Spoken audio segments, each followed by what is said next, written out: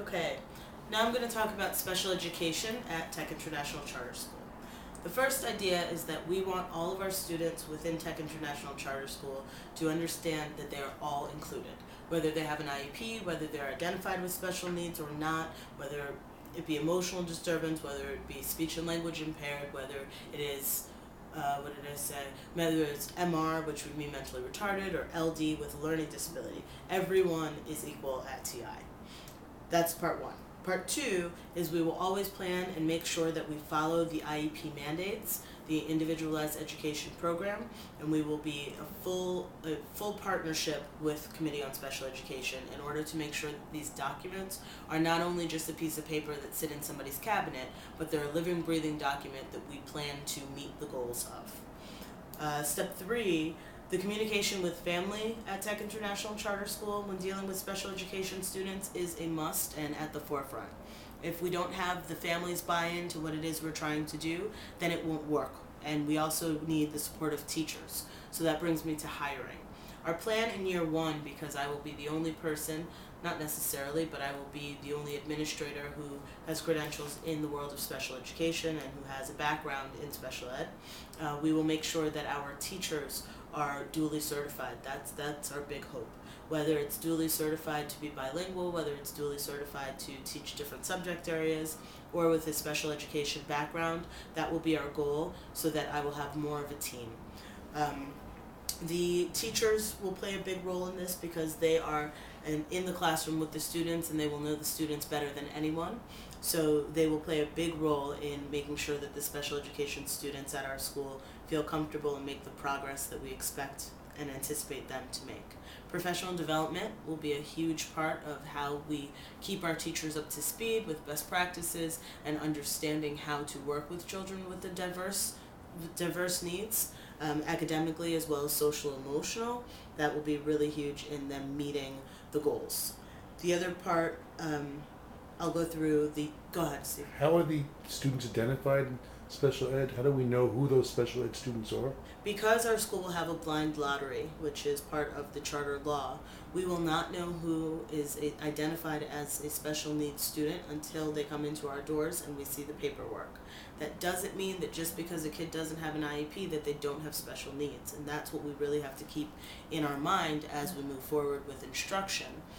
Children come with a variety of needs. Even if they're an honor student, they have needs. So we need to look at each child as an individual. Once we see IEPs, we will be able to know what the goals are, what the accommodations are, the annual reviews, as well as evaluations. The teachers will be responsible, as well as the team once we get that far in year two, the academic support team. Once we get that far, we will have to know how to create and develop goals for these students so that they will meet the requirements of the regions. So after year one, what starts happening in year two? Year one is simply me on this island by myself as a team, along with, of course, the support of every other adult in the building. In year two, we will get a special education teacher. We will also hire an academic support coordinator, and then we will have an L teacher. So that will be 4 of us in year two. In year three, it will be myself, 2 special education teachers, 2 ELL teachers, and 1 director of curriculum and instruction. They fall into this whole idea of academic support because they will be able to differentiate our curriculum and help us to build curriculum that will be meaningful to the students who have special needs as well as L learners.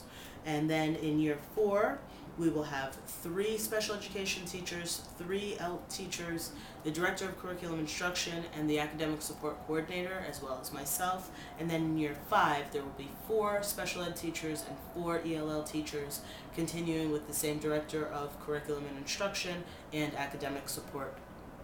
Can you tell me briefly about like push in, pull out, and Sure. CTT, collaborative team teaching? Sure. In the first year, we won't be able to do collaborative team teaching in the fullest extent to what we will be able to do in year 2 when we have more manpower. The idea behind push in and pull out of students with special needs and students who are undergoing the RTI process We will be as flexible as possible with this. This will depend on the teachers, this will also depend on the students and what their particular needs are. There is no such thing as one way working better than the others, as well as people are trained professionals and know their stuff. It will depend. I've had situations in my life where some kids, they feel that if they're pulled out, that they're different, and we're really trying to stay away from kids feeling different. That's the idea of inclusion and inclusiveness. But in other cases, it is best when you pull students out in order to make sure that they're focused on the different goals. So there'll be a variety of ways that we will actually address students' needs and to keep it fresh. In terms of our daily schedule, do we have time in the afternoon?